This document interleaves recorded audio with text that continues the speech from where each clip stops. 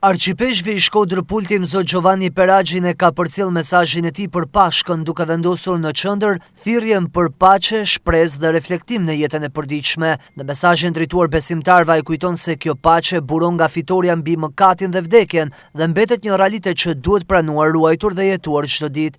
Në zemër të Pashkës, ndërsa kisha sodit misterin e ngjalljes së Zotit, përmes këtij mesazhi më lejoni të hyj në shtëpinë tuaj për t'ju sjellë të gjithëve dhuratën që vetë Jezu i ringjallur u dha discepujve të tij. Paqja qoftë me ju. Kjo është një përshëndetje bekimi, një fjalë thjeshtë, por e gjallë, që dëshiron të arrijë në çdo zemër dhe të bëhet prani konkrete në jetët tona. Fjalët e të ngjallurit, paqja me ju, nuk janë thjesht një urim, por janë dhurata e Pashkës në mënyrë më të plotë. Është paqja që lind nga fitoria e Krishtit mbi mëkatin dhe vdekjen. Është një paqe që asnjë fuqi njerëzore nuk mund të ndërtojë vetë, dhe që asnjë dhunë nuk do të mund të shuaj kur përfundimisht. Por që kjo paqe të bëhet realitet në historinë dhe jetën tonë, ajo kërkohet të pranohet, të ruhet dhe të jetohet. Duke u ndalur tek sfidat e kohës moderne, Arqipeshvi Peragjin e thekson se bota po përballet me konflikte, tensione dhe ndarje të cilat reflektohen edhe në jetën e përditshme të qytetarëve. Jetojmë një kohë kur bota duket gjithnjë e përqarë nga konflikte, tensione dhe dhuna që rrezikojnë të na çojnë drejt një pikë pakthim. Edhe këtu, në qytetin tonë të Shkodrës, këto plaga nuk janë larg.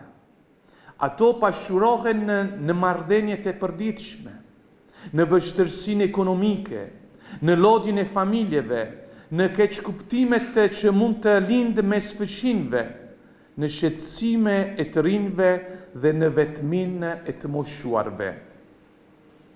Megjithatë, qytetin tonë mbart në vetvete një histori të pasur me fe, bashkëjetesë dhe tradita të shëndoshta, e cila nuk mund të erësohet nga këto hije.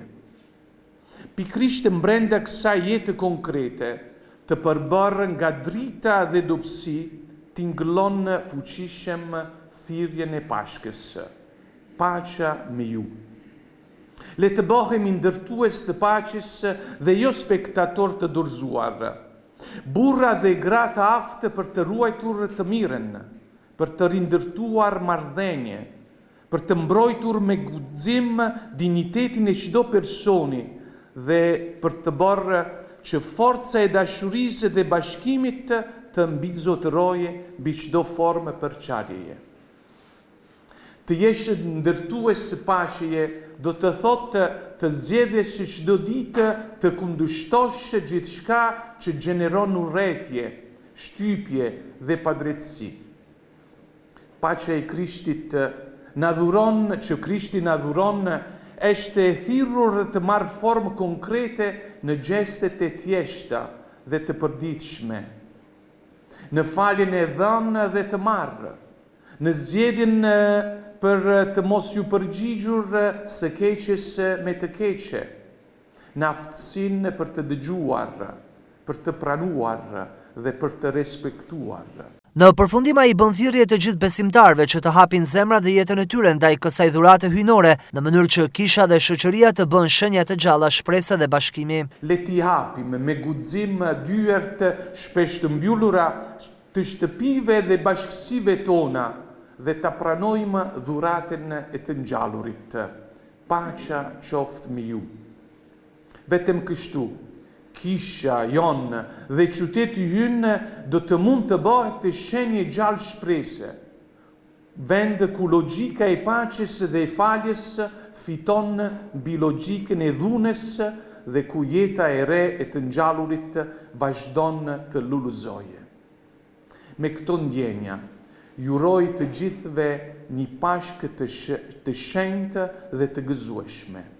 Paqja qoftë me ju. Gëzuar Pashkët. Besimtarët e krishterë po përgatiten për festën e Pashkëve, ku gjatë shtunës kanë bërë bekimin e ushqimeve që më pas e konsumojnë të dielën e festës së Pashkëve.